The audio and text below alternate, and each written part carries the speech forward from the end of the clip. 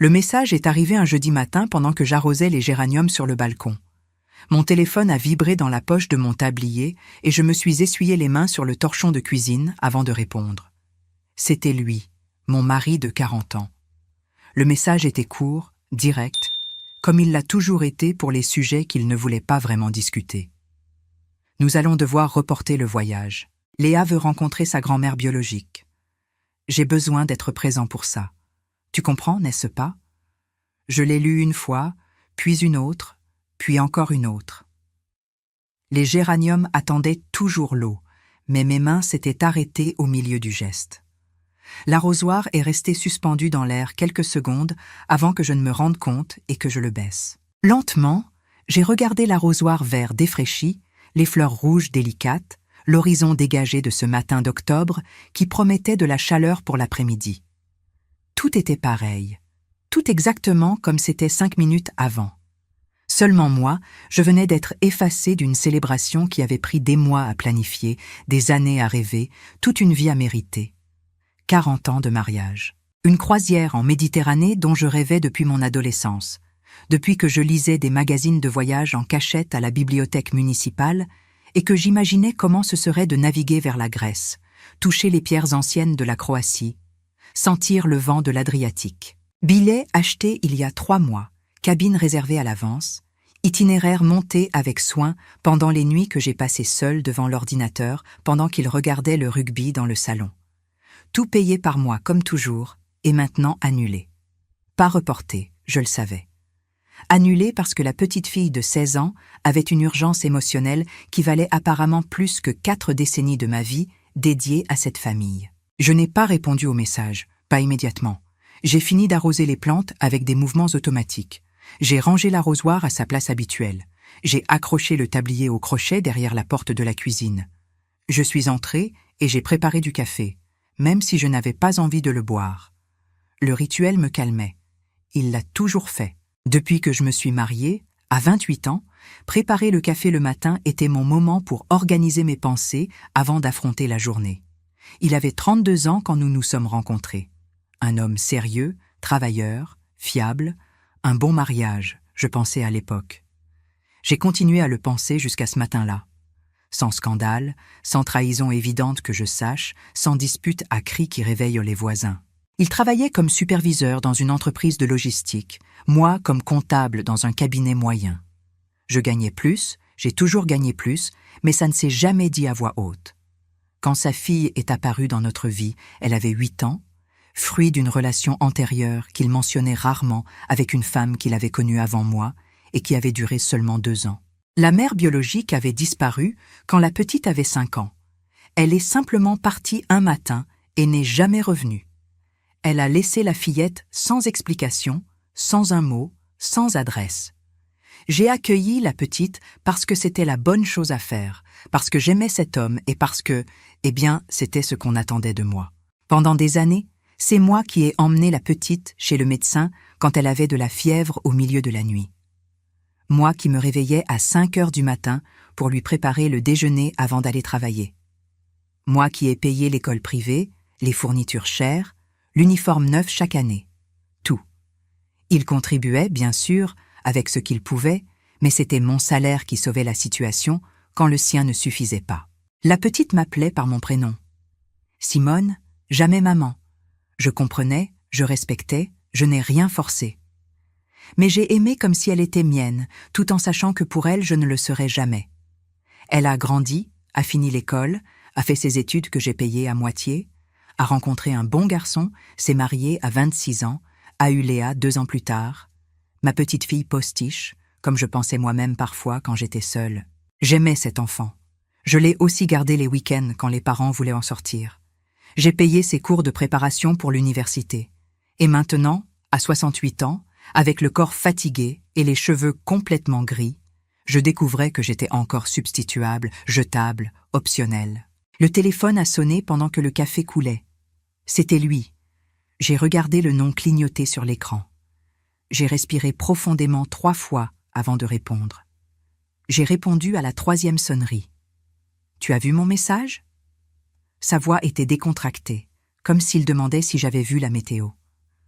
Je l'ai vu. Ma voix est sortie plus ferme que je ne l'espérais.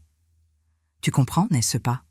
C'est important pour Léa. Sa psychologue a dit qu'elle a besoin de cette clôture, que ça fait partie du processus de construction de son identité.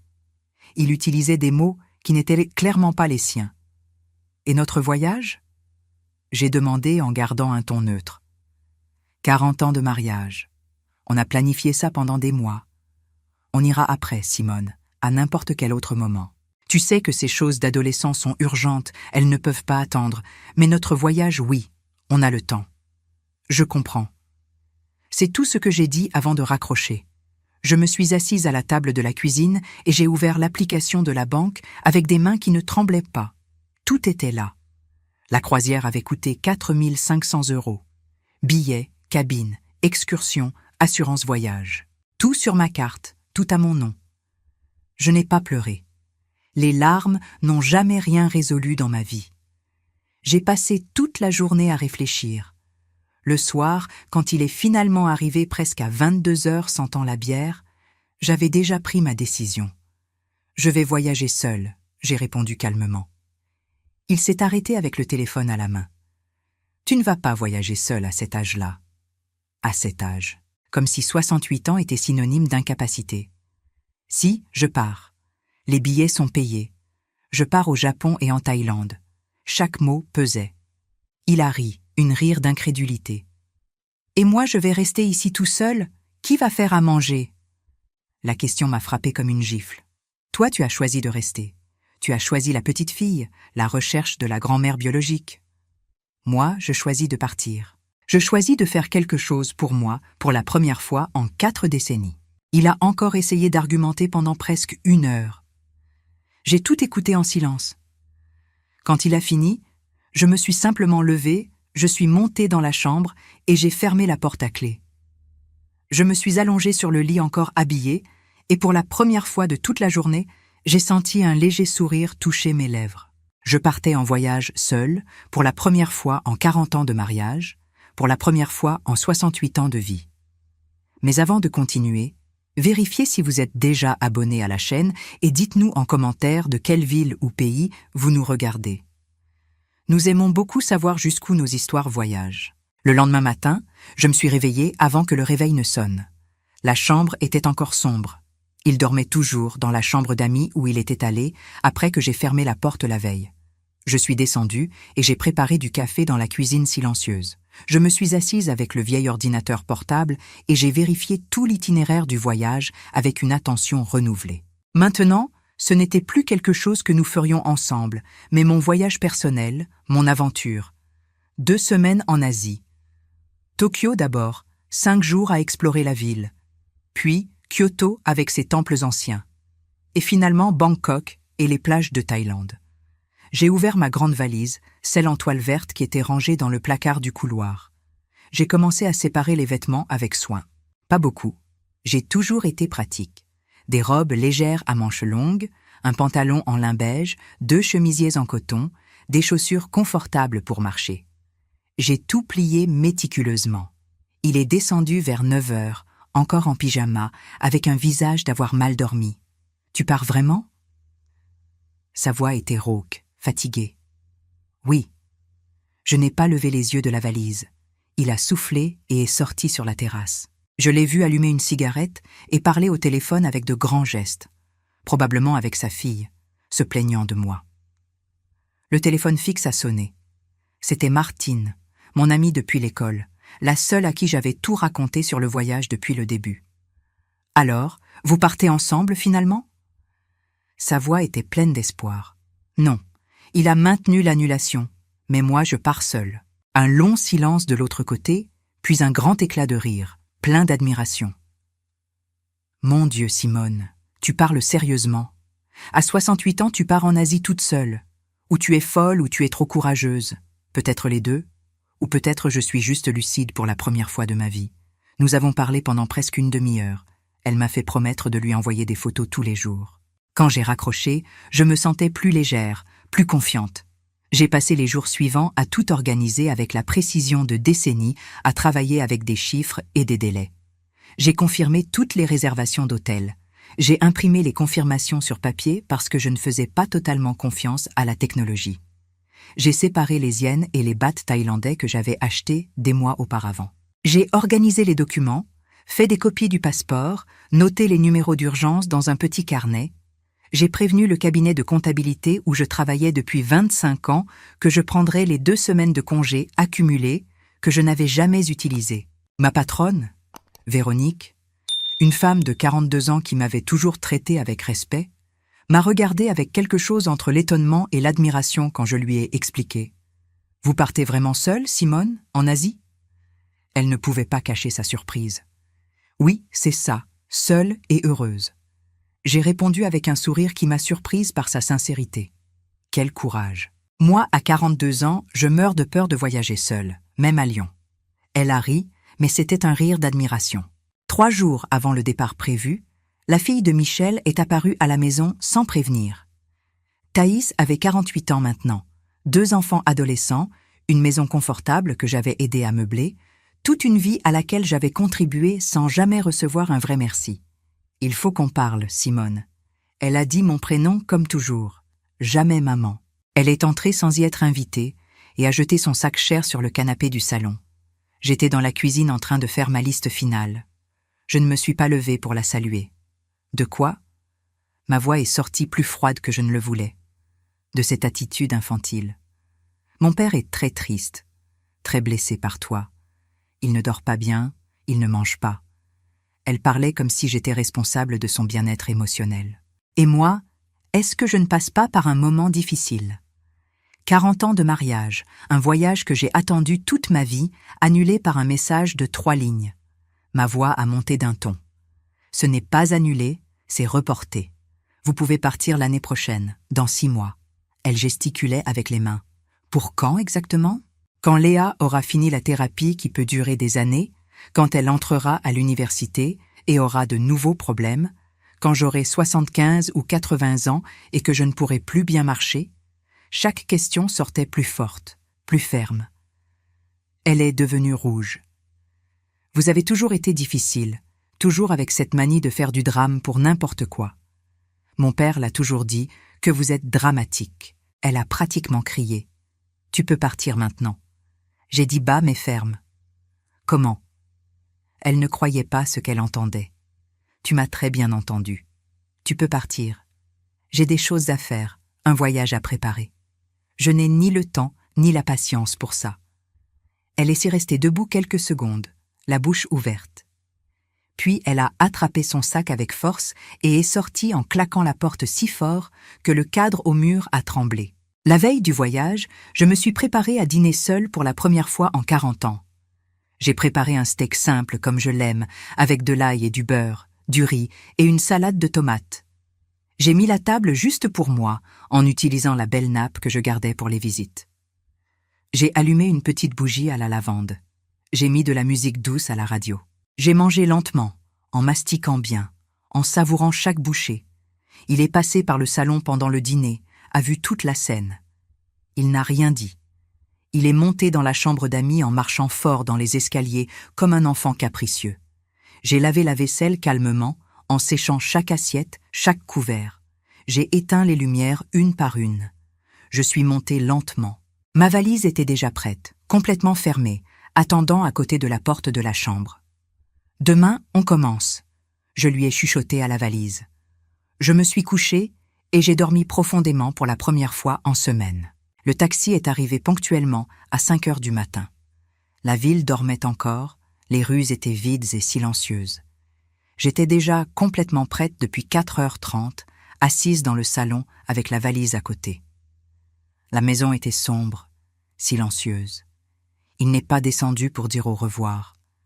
Je l'ai entendu bouger dans la chambre quand le taxi a klaxonné discrètement, mais il n'est pas apparu. Mieux ainsi, j'ai pensé. J'ai mis la valise dans le coffre avec l'aide du chauffeur. Je suis montée sur le siège arrière et j'ai respiré profondément. J'ai regardé la maison une dernière fois avant que le taxi ne démarre.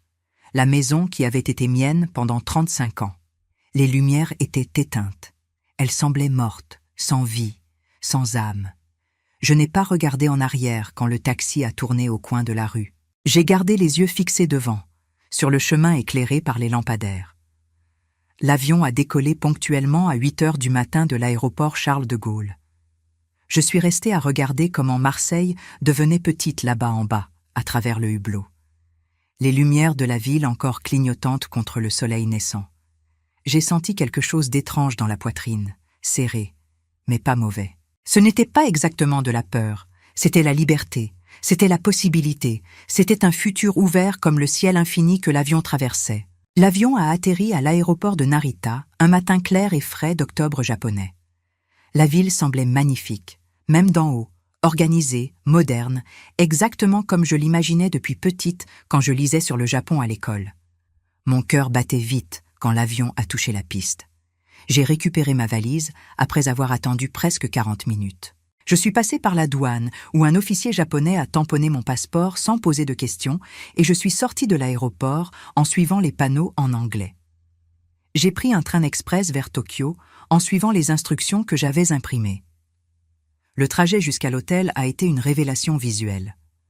Tokyo défilait par la fenêtre du train. Bâtiments modernes et anciens mélangés, rues arborées, voitures petites, gens élégants même en allant simplement au travail.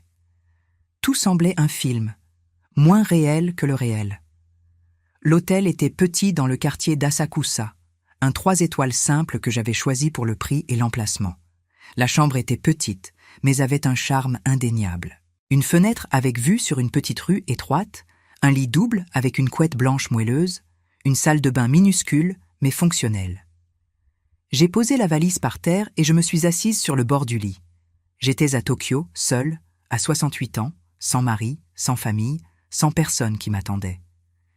Et vous savez ce que j'ai senti à ce moment-là assise sur ce lit à Tokyo ? De la fierté. Une fierté immense, profonde, inattendue. Je me suis douchée longuement, laissant l'eau chaude laver la fatigue du long voyage.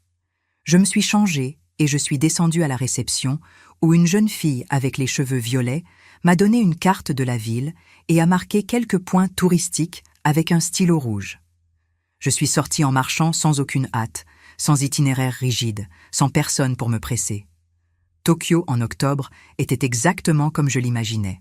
Frais mais pas trop froid, les arbres déjà dorés, les rues animées.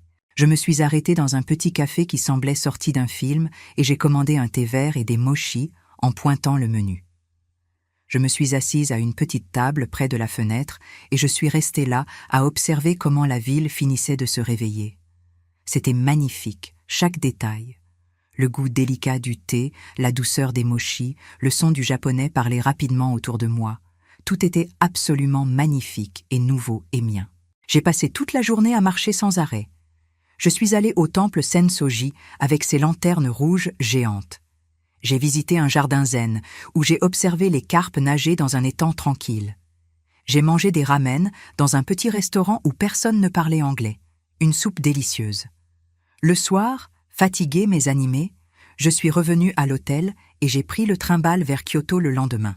Le voyage a été court, à peine 2h30, mais a révélé des paysages japonais magnifiques. Des rizières, des montagnes, des petits villages. Kyoto était complètement différente de Tokyo, plus calme, plus traditionnelle, infiniment plus spirituelle. J'ai visité le temple Kinkakuji, le pavillon d'or qui brillait sous le soleil comme un joyau. J'ai marché dans le quartier de Gion, espérant voir une geisha. J'ai participé à une cérémonie du thé traditionnel où une dame japonaise âgée m'a montré chaque geste avec une patience infinie. C'était dans le train de retour vers Tokyo que j'ai rencontré Margaret. Elle était assise à côté de moi, une Française de 75 ans, avec les cheveux courts et complètement blancs, des lunettes rondes et un sourire facile. Nous avons commencé à parler après que le train s'est stabilisé. « Première fois au Japon ?» elle a demandé. « Première fois en Asie. » J'ai admis. « Ah, comme c'est merveilleux. Vous voyagez en famille, avec votre mari ?»« Non, seul. Je voyage seul. » J'ai dit et j'ai attendu la réaction. Mais elle a ri, un rire authentique et fort. Excellent. Moi aussi. Mon mari est mort il y a 5 ans. Au début, je pensais que je ne pourrais jamais plus voyager. Mais puis, j'ai pensé, est-ce que je vais rester à la maison en attendant de mourir aussi ? Non merci. Alors j'ai commencé à voyager seule. C'est libérateur. J'ai déjà visité 47 pays. 47. J'ai répété impressionné. Nous avons parlé pendant presque tout le trajet. Elle m'a donné des conseils sur la Thaïlande, ma prochaine destination. Et n'ayez pas peur de manger seul dans les restaurants. Au début, c'est bizarre, on se sent observé, mais ensuite on se rend compte que tout le monde s'en fiche. Elle m'a conseillé sérieusement. De retour à Tokyo, j'ai ouvert mon téléphone et j'ai envoyé la première photo au groupe de famille. Moi souriant devant le temple doré de Kyoto. La réponse est arrivée en moins de 5 minutes de Léa, ma petite fille. « Mamie, tu es à Kyoto toute seule ?» Plusieurs emojis de surprise. « Oui, je suis là et c'est merveilleux. » J'ai répondu en souriant à l'écran. Elle a envoyé plus d'émojis, des cœurs, des applaudissements. Sa mère n'a rien répondu, lui non plus. Ce silence éloquent disait tout ce que j'avais besoin de savoir. Je suis retournée à l'hôtel et j'ai dîné d'un sandwich que j'ai acheté dans une supérette près de l'hôtel. Simple mais délicieux. Je mangeais dans la chambre, allongée sur le lit, en regardant la télévision japonaise sans rien comprendre, mais en trouvant ça charmant. Je me suis endormie tôt, épuisée, mais incroyablement heureuse. Le genre de bonheur qui vient de l'intérieur, qui ne dépend de personne d'autre que de soi-même. Pour la première fois en 68 ans, je me mettais en premier, et c'était magnifique. Kyoto était complètement différente de Tokyo, plus calme, plus traditionnelle, infiniment plus spirituelle. J'ai visité le temple Kinkakuji, le pavillon d'or qui brillait sous le soleil comme un joyau. J'ai marché dans le quartier de Gion espérant voir une geisha. J'ai participé à une cérémonie du thé traditionnel, où une dame japonaise âgée m'a montré chaque geste avec une patience infinie. C'était dans le train de retour vers Tokyo que j'ai rencontré Margaret. Elle était assise à côté de moi, une Française de 75 ans, avec les cheveux courts et complètement blancs, des lunettes rondes et un sourire facile. Nous avons commencé à parler après que le train s'est stabilisé. « Première fois au Japon ?» elle a demandé. « Première fois en Asie. » J'ai admis. « Ah, comme c'est merveilleux. Vous voyagez en famille, avec votre mari ?»« Non, seul. Je voyage seul. » J'ai dit, et j'ai attendu la réaction. Mais elle a ri, un rire authentique et fort. « Excellent. Moi aussi. Mon mari est mort il y a 5 ans. Au début, je pensais que je ne pourrais jamais plus voyager. Mais puis, j'ai pensé, est-ce que je vais rester à la maison en attendant de mourir aussi? Non merci. Alors j'ai commencé à voyager seule. C'est libérateur. J'ai déjà visité 47 pays. 47. J'ai répété impressionné. Nous avons parlé pendant presque tout le trajet. Elle m'a donné des conseils sur la Thaïlande, ma prochaine destination. Et n'ayez pas peur de manger seul dans les restaurants.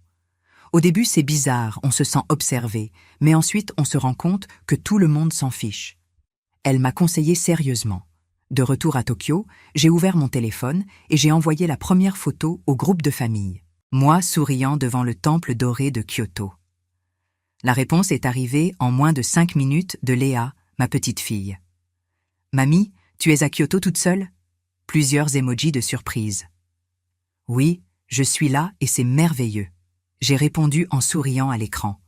Elle a envoyé plus d'émojis, des cœurs, des applaudissements. Sa mère n'a rien répondu, lui non plus. Ce silence éloquent disait tout ce que j'avais besoin de savoir. Je suis retournée à l'hôtel et j'ai dîné d'un sandwich que j'ai acheté dans une supérette près de l'hôtel. Simple mais délicieux. Je mangeais dans la chambre, allongée sur le lit, en regardant la télévision japonaise sans rien comprendre, mais en trouvant ça charmant. Je me suis endormie tôt, épuisée, mais incroyablement heureuse. Le genre de bonheur qui vient de l'intérieur, qui ne dépend de personne d'autre que de soi-même. Pour la première fois en 68 ans, je me mettais en premier, et c'était magnifique. Après une semaine magique au Japon, j'ai pris un vol vers Bangkok. Le voyage a été long, mais confortable. L'avion a atterri dans une après-midi chaude et humide, typique de la Thaïlande. La ville était complètement différente du Japon, plus chaotique, plus bruyante, plus intense. Des voitures klaxonnant constamment, des gens parlant fort, un trafic absolument fou. Mon hôtel était près de Khao-san Road, dans un quartier qui n'était pas le plus charmant, mais était pratique. La chambre était encore plus petite que celle de Tokyo, mais propre et avec une climatisation que j'ai appréciée. Le lendemain, je me suis réveillée excitée et je suis allée directement au Grand Palais très tôt. Il y avait énormément de monde. Des touristes de toutes les parties du monde avec des appareils photo professionnels, des guides avec des drapeaux colorés, des vendeurs ambulants. Mais quand je suis finalement entrée dans ce palais ancien, quand j'ai vu les temples dorés brillant sous le soleil tropical, j'ai senti un frisson. C'était magnifique, impossible à décrire. J'ai mangé une vraie pad thaï dans un petit restaurant bondé, servi par une Thaïlandaise souriante d'environ 70 ans. C'était absolument délicieux, épicé et parfait.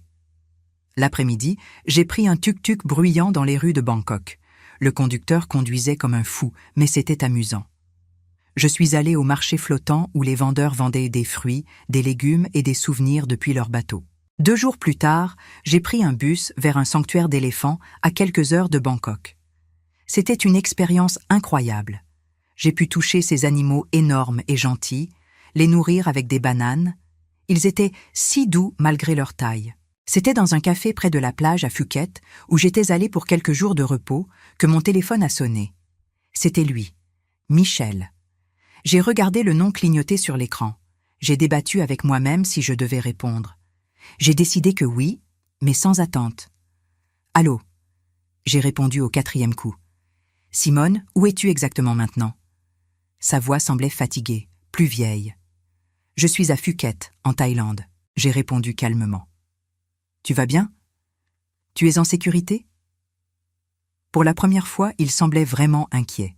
« Je vais très bien, mieux que bien en fait. » Et c'était la pure vérité. Un long silence de l'autre côté. Je l'ai entendu respirer profondément 2 fois. Léa est revenue du voyage. Elle a rencontré sa grand-mère biologique. Il a finalement parlé lentement. Et comment ça s'est passé ? J'ai demandé, vraiment curieuse. Ça a été très difficile, Simone, pire que ce que nous imaginions. La femme vit dans un petit village perdu en Bretagne. Elle a 3 autres enfants de relations différentes. Elle se souvenait à peine de Léa. Elle n'a presque montré aucun intérêt. Elle a dit que la grossesse était un accident. L'abandonner a été la meilleure chose qu'elle a faite. Il racontait avec une voix lourde. J'ai ressenti une vraie peine pour Léa. Personne ne mérite ça. Je suis vraiment désolée. Comment va-t-elle ? J'ai demandé avec une vraie inquiétude. Elle est dévastée. Elle ne cesse de pleurer depuis 3 jours. Elle ne veut pas sortir de sa chambre. Sa mère, ma fille, ne sait plus quoi faire. Nous sommes tous désespérés ici. Il a soupiré profondément. Elle doit continuer avec sa thérapeute. Elle a besoin de traiter cette déception. J'ai conseillé. Je le sais. Je le sais. Mais Simone, tu ne vas pas revenir ? Tu ne vas pas écourter le voyage ? Léa demande après toi. Il est finalement arrivé là où il voulait. J'ai fermé les yeux et j'ai respiré profondément l'air chaud de Phuket. J'ai regardé la mer devant moi. Revenir. Le voyage n'est même pas arrivé à la moitié. J'ai dit avec une fermeté renouvelée. Mais Léa a besoin de toi maintenant, Simone. Tu as toujours été importante pour elle. Il utilisait la carte émotionnelle. Maintenant, elle a besoin de moi, tu dis. Maintenant que tout a mal tourné, maintenant que le fantasme s'est écroulé. Mais quand j'avais besoin de toi, quand je t'ai supplié de ne pas annuler notre voyage, où étiez-vous tous ? Ma voix a monté d'un ton. Ne sois pas injuste, Simone. C'est différent. C'est une urgence familiale. Il a aussi élevé la voix. Injuste. Moi, 40 ans, et je n'ai jamais été la priorité de personne dans cette famille. J'ai tout payé, j'ai soutenu tout le monde, j'ai supporté chaque décision, et maintenant que je fais enfin quelque chose exclusivement pour moi, pour la première fois de ma vie, moi je suis l'injuste. Chaque question sortait plus forte. Il est resté silencieux finalement. Tu as changé, Simone. Je ne sais plus qui tu es. Il a dit bas, avec une voix blessée. Je n'ai pas changé. Je me suis réveillée. Finalement, à 68 ans, j'ai appris à me mettre en premier. J'ai trop tardé. J'ai répondu avec un calme forcé. J'ai raccroché avant qu'il ne puisse répondre. Ma main tremblait légèrement en tenant le téléphone. Ce soir-là, j'ai dîné seule dans un restaurant de fruits de mer sur la plage. Le serveur était un jeune Thaïlandais sympathique qui m'a recommandé le poisson grillé. C'était délicieux. J'ai bu un verre de vin blanc et j'ai regardé le coucher de soleil sur la mer d'Andaman. C'était magnifique, les couleurs orange et rose se reflétant sur l'eau. C'était le lendemain, dans un autre café près de la plage, que j'ai rencontré Maria. Elle était assise à la table d'à côté, aussi seule, fumant cigarette après cigarette et buvant du café comme si c'était de l'eau. Mexicaine, j'ai découvert. Excusez-moi d'avoir entendu sans le vouloir, mais vous êtes française ? Elle a demandé en français avec un accent charmant. Oui, de Marseille. Et vous ? Du Mexique, de Mexico. Elle a souri largement. Nous avons commencé à parler, et en quelques minutes, nous étions des amis. Nous avons dîné ensemble ce soir-là dans un restaurant thaïlandais. Nourriture épicée arrosée de beaucoup de vin rouge. Maria fumait beaucoup, buvait encore plus, riait trop fort, mais elle était rafraîchissante. Tu m'inspires tellement, Simone. Sérieusement. Moi, à 45 ans, je mourais de peur de voyager seule. Et toi, à 68 ans ici, toute seule, c'est incroyable. Elle a dit entre une gorgée de vin et une autre. Nous avons parlé jusqu'à ce que le restaurant commence à fermer. Elle m'a raconté son mariage de 20 ans qui s'était terminé il y a 6 mois. C'est drôle, non ? Elle a dit. On passe toute notre vie à se donner complètement aux enfants, au mari, à toute la famille. Et quand on décide finalement de faire quelque chose juste pour nous, tout le monde voit ça comme de l'égoïsme. Exactement. Comme si prendre soin de soi était un crime. J'ai complété. Nous nous sommes dit au revoir près de minuit avec une longue étreinte. Tu es une guerrière, Simone. Ne l'oublie jamais. Elle a crié quand son taxi est parti. Je suis retournée à l'hôtel en marchant, bien qu'il soit tard. Bangkok de nuit était trop belle pour la gâcher avec des peurs excessives. Je me sentais invincible, protégée par mon propre courage fraîchement acquis. Cette nuit-là, allongée dans mon lit avec le ventilateur tournant au plafond, j'ai pris une décision. Quand je rentrerais à Marseille, tout allait changer. Absolument tout. L'avion a atterri à l'aéroport de Marseille un matin pluvieux et gris. Quand je suis arrivée à la maison, en milieu d'après-midi, la maison était sombre, silencieuse, exactement comme je l'avais laissée 1 mois auparavant. Il n'était pas là. Mieux ainsi. Je n'ai pas défait ma valise immédiatement. J'ai d'abord pris une longue douche, laissant l'eau chaude laver la fatigue du long voyage. Je me suis changée et je suis descendue préparer du café. Je le buvais à la table de la cuisine quand j'ai pris mon téléphone et j'ai cherché un avocat spécialisé en divorce qu'une vieille amie m'avait recommandé il y a des années. Le cabinet était petit mais respecté dans le centre de Marseille. J'ai appelé et j'ai pris rendez-vous pour le lendemain. Le maître m'a reçu avec une gentillesse professionnelle et m'a offert un café que j'ai accepté avec gratitude. J'ai raconté toute l'histoire avec une objectivité qui m'a surprise moi-même. Je n'ai pas dramatisé, je n'ai pas pleuré. J'ai juste relaté les faits. 40 ans de mariage, voyage annulé, décision de divorcer, appartement à mon nom. Il m'a écouté avec attention, notant des points importants dans un bloc jaune. Quand j'ai terminé, il a ouvert le dossier avec mes documents et a tout vérifié avec un calme presque irritant. L'acte de propriété de l'appartement, les relevés bancaires, l'acte de mariage. L'appartement est exclusivement à votre nom, Madame Simone. Acheté avant le mariage et jamais changé de régime. Légalement, vous pouvez le vendre quand vous voulez sans avoir besoin de son autorisation. Il a confirmé ce que je savais déjà. Et il peut contester ? J'ai demandé. Il peut essayer d'argumenter qu'il y a eu une société de fait pendant des décennies et qu'il a contribué financièrement à l'entretien.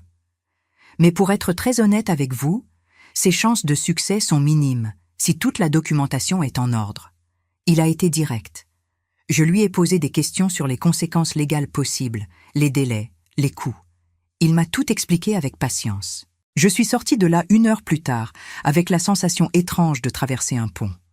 Le soir, j'ai reçu un appel de lui. « Tu as vraiment engagé un avocat ?» Sa voix mélangeait colère et incrédulité. « Oui, c'est ça. La procédure de divorce va commencer officiellement la semaine prochaine. » J'ai confirmé calmement. « Tu exagères, Simone. Tout ça pour un voyage. » Il ne comprenait toujours pas. Ce n'est pas à cause du voyage spécifiquement. Le voyage a juste été la goutte qui a fait déborder le vase qui se remplissait depuis 40 ans. J'ai essayé de lui expliquer. Et l'appartement? Tu vas vraiment me mettre dehors? Je ne vais pas te mettre dehors avec violence. Je vais te donner un temps raisonnable pour que tu t'organises et que tu cherches un endroit. Mais oui, je veux que tu partes. J'ai maintenu ma fermeté. Il a raccroché sans dire au revoir. À la fin de cette semaine-là, sa fille est apparue de nouveau. Il faut qu'on parle sérieusement, Simone. Vous détruisez ma famille. Elle est entrée en criant. J'étais dans le salon en train d'organiser de vieux papiers. J'ai continué ma tâche sans me lever. Je ne détruis rien, je termine juste quelque chose qui ne fonctionne plus. J'ai répondu calmement. Vous ne pouvez pas mettre mon père à la rue comme ça. Il a 72 ans. Elle était vraiment désespérée. Il peut vivre avec toi, il peut louer un appartement, il peut vivre dans un hôtel. Il y a beaucoup d'options pour un homme adulte avec une retraite. J'ai énuméré les possibilités. Vous avez toujours été égoïste, mais là ça dépasse toutes les limites. Elle a pratiquement crié. J'ai finalement lâché les papiers et je l'ai regardé dans les yeux. Égoïste. Moi qui ai payé ton école privée pendant des années. Moi qui t'emmenais chez le médecin. Moi qui t'ai élevée depuis tes 8 ans comme si tu étais ma fille. Moi je suis l'égoïste. Chaque question sortait plus forte. Vous avez fait tout ça parce que vous avez voulu. Personne ne vous l'a demandé. Elle me l'a jeté au visage. Tu as raison sur ça. Personne ne me l'a demandé explicitement, mais tout le monde l'a accepté avec plaisir. Tout le monde en a profité. Ma voix a monté. Vous allez le regretter. Vous allez rester seul et abandonné. Elle a prédit avec méchanceté. Mieux seul et en paix qu'accompagné et invisible. J'ai répondu et je suis revenu à mes papiers. Elle est partie en claquant la porte violemment. Les semaines suivantes ont été étrangement pratiques. Il a déménagé chez sa fille après seulement 1 mois. Mieux ainsi. J'ai continué à travailler mes dernières semaines au cabinet en accomplissant le préavis de 30 jours. Le divorce est sorti étonnamment vite, à peine 3 mois après avoir déposé les papiers. Il n'a pas contesté. Le jour où j'ai signé les papiers finaux au tribunal, je suis sortie de là et je me suis assise sur un banc d'un parc public. J'ai regardé ma main gauche, l'alliance en or que j'avais portée pendant 40 ans entiers. Je l'ai enlevée lentement. J'ai senti le doigt étrange, plus léger, nu, libre. J'ai rangé l'anneau dans une petite boîte dans mon sac. Je ne l'ai pas jeté, je ne l'ai pas vendu, je l'ai juste rangé. C'était une partie de mon histoire. Le soir, assise seule dans mon nouvel appartement que j'avais loué près du Vieux-Port, j'ai regardé autour de moi l'espace petit mais complètement mien. Seulement 2 chambres, salon et cuisine intégrés, une salle de bain simple. Rien de luxueux, mais mien. Payé avec mon argent, choisi selon mes goûts. J'avais vendu le grand appartement rapidement. Un jeune couple avec 2 petits-enfants avait été enchanté. Avec ma moitié, j'ai acheté quelques meubles neufs simples, payé 6 mois de loyer à l'avance et gardé le reste dans un compte d'épargne. Je n'étais pas riche, mais j'avais la tranquillité financière suffisante pour vivre modestement pendant quelques années. J'ai ouvert mon vieil ordinateur et j'ai commencé à chercher de nouveaux voyages. La Nouvelle-Zélande m'intéressait, ou peut-être l'Australie. Il y avait encore tellement de monde à voir, tellement de temps encore à profiter si ma santé coopérait. Le téléphone a sonné. C'était une agence de voyage spécialisée dans le tourisme pour seniors. 3e âge. L'expression m'a fait sourire. En fait, je suis dans le premier âge de ma nouvelle vie. J'ai répondu et j'ai ri seul de mon propre commentaire. J'ai raccroché en souriant. J'ai regardé mon reflet dans la fenêtre sombre. J'ai vu une femme de 68 ans avec les cheveux complètement blancs que j'avais arrêté de teindre, des rides profondes autour des yeux, un corps fatigué mais encore fonctionnel. Mais j'ai aussi vu quelque chose de nouveau, un éclat dans le regard, un vrai sourire, une posture plus droite, plus sûre. J'ai vu la liberté personnifiée. Léa, ma petite fille, a commencé à me rendre visite régulièrement après la fin du divorce. Chaque semaine, elle apparaissait avec une excuse, m'apportait un gâteau qu'elle avait fait, me demandait de l'aide avec ses impôts ou simplement parler. Je me suis rendu compte qu'elle cherchait vraiment ma compagnie maintenant, pas par obligation familiale. Nous nous asseyions sur le petit balcon de l'appartement en buvant du thé ou du café, en parlant de tout. Elle me racontait l'école, son nouveau petit ami qu'elle avait rencontré en thérapie, ses projets d'étudier la psychologie. « Mamie, je t'admire tellement, tu sais. » Elle a dit un samedi après-midi pluvieux. Pourquoi, ma chérie? J'ai demandé curieuse. Pour avoir eu le courage de recommencer à 68 ans, de tout laisser et d'aller chercher ton bonheur. Beaucoup de jeunes n'ont pas ce courage. Elle a parlé sérieusement, mature au-delà de ses 16 ans. J'ai tardé trop longtemps à avoir ce courage, Léa. N'attends pas autant que moi. Ne laisse jamais personne t'effacer. Je lui ai conseillé en lui tenant la main. Je te le promets, mamie. Je te le promets. Elle a serré ma main en retour. La fille de Michel n'est jamais réapparue. Elle envoyait des messages occasionnels par WhatsApp, toujours courts, toujours formels. Nous parlions rarement. Je ne lui en voulais pas activement, mais je n'avais pas non plus envie de proximité. Certains ponts brûlent complètement. Et c'est bien. Et lui, j'ai su par Léa qu'il vivait dans un petit appartement près de sa fille, recevant une retraite modeste, mais suffisante. Qu'il avait l'air plus vieux, plus fatigué, plus triste. Qu'il demandait après moi parfois, mais qu'il ne tentait jamais un contact direct. Je ne ressentais pas de plaisir avec sa souffrance, mais je ne ressentais pas non plus la responsabilité de le consoler. 6 mois après la fin du divorce, j'étais en train d'embarquer pour la Nouvelle-Zélande finalement. Seule de nouveau et complètement heureuse avec ça. Léa est venue me déposer à l'aéroport. Notre tradition maintenant, apparemment. « Mamie, tu promets que tu vas envoyer des photos tous les jours ?» Elle a demandé avec les yeux brillants. « Je te le promets, mon amour, je l'ai serré fort. Et fais attention là-bas, hein? La Nouvelle-Zélande est très loin. » Elle s'inquiétait vraiment. « Je sais, c'est pour ça que j'y vais, pour vivre quelque chose de différent. » J'ai expliqué en souriant. Elle m'a donné une longue et forte étreinte. « Je t'aime beaucoup, mamie, tu es mon inspiration. Moi aussi je t'aime, ma chérie, plus que tout. » J'ai retenu mes larmes avec effort. Dans l'avion, en direction d'Auckland, je me suis assise à côté d'une dame anglaise très sympathique de 75 ans, appelée Patricia. Elle allait retrouver un groupe d'amies veuves, toutes voyageant ensemble en Océanie. Mon mari est mort il y a 10 ans. Je suis restée 2 ans enfermée à la maison à pleurer. Mais puis j'ai pensé, Robert voudrait ça pour moi? Alors j'ai commencé à voyager. Elle m'a raconté. Nous avons parlé pratiquement tout le voyage, 30 heures longues avec connexion. Elle m'a donné des conseils précieux sur la Nouvelle-Zélande. Elle m'a montré de belles photos de ses voyages précédents. L'Inde colorée, le Japon organisé, le Népal montagneux. Quand nous sommes arrivés à Auckland finalement, épuisés mais excités, elle m'a donné une forte étreinte et une carte avec son email. Restons en contact, Simone. Et souviens-toi, la vie est trop courte pour la vivre pour les autres. Vis pour toi-même. Elle m'a conseillé avec la sagesse de quelqu'un qui a appris à la dure. Je m'en souviendrai toujours. Merci, Patricia. Je l'ai serrée en retour. Je me suis installée dans un petit hôtel à Auckland avec vue sur le port. La chambre était simple mais confortable. J'ai ouvert la fenêtre et j'ai respiré l'air marin. J'avais devant moi 2 semaines en Nouvelle-Zélande, puis 2 autres en Australie. 4 semaines pour explorer, découvrir, vivre. J'ai sorti mon téléphone et j'ai vu un message de Margaret, la Française, que j'avais rencontrée au Japon. « Comment va ma voyageuse préférée? J'espère que tu profites de chaque instant. La vie est trop courte pour la vivre pour les autres. Vis pour toi. » Ce message m'a fait sourire. J'ai regardé par la fenêtre le port d'Auckland s'étendant devant moi. Des bateaux, des mouettes, des gens se promenant sur le quai. La vie continuait normalement, et moi aussi je continuais, seulement maintenant libre des vieilles attaches. J'ai ouvert mon ordinateur et j'ai commencé à chercher d'autres destinations. Le Pérou m'intéressait avec le Machu Picchu.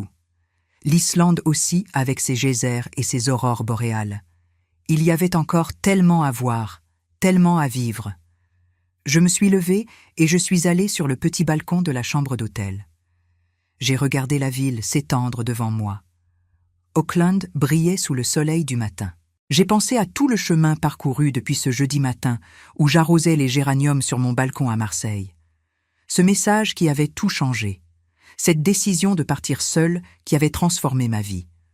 Je ne regrettais rien. Pas un instant. Pas une décision. J'avais 68 ans et pour la première fois de ma vie, j'étais complètement, absolument, merveilleusement libre. Libre de choisir où aller, quand partir, combien de temps rester. Libre de manger seule dans les restaurants sans me sentir jugée. Libre de m'endormir quand je voulais et de me réveiller sans alarme. Libre de dépenser mon argent comme je voulais. Libre de vivre pour moi-même, enfin. J'ai souri en regardant l'horizon. Demain, j'irai visiter la Sky Tower. Après-demain, peut-être Rotorua, avec ses sources chaudes. Dans une semaine, je prendrai l'avion pour Sydney. Et après, qui sait? Le monde était vaste et j'avais encore du temps. Pas tout le temps du monde, bien sûr. À 68 ans, je savais que le temps était compté. Mais j'avais assez de temps pour vivre, vraiment vivre, pour la première fois. Et c'était tout ce qui comptait. J'ai respiré profondément l'air marin d'Auckland et j'ai senti mon cœur se remplir de gratitude. Gratitude pour avoir eu le courage de partir. Gratitude pour avoir choisi de me choisir.